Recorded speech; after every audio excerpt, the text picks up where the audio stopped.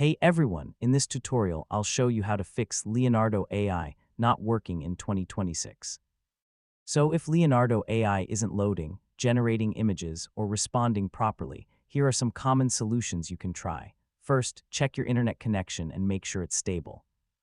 A weak or interrupted connection can prevent Leonardo AI from communicating properly with its servers. Next, refresh the page and try again.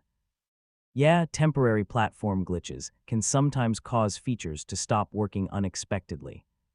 If multiple features are unavailable, check whether Leonardo AI is experiencing maintenance, service interruptions, or unusually high traffic. Finally, create a new project or submit another image generation request after applying these fixes. In many cases, refreshing your session, checking your account limits, or simplifying the prompt will resolve the issue, and that's it. Those are the most common ways to fix Leonardo AI not working in 2026. Thanks for watching, and I'll see you in the next tutorial.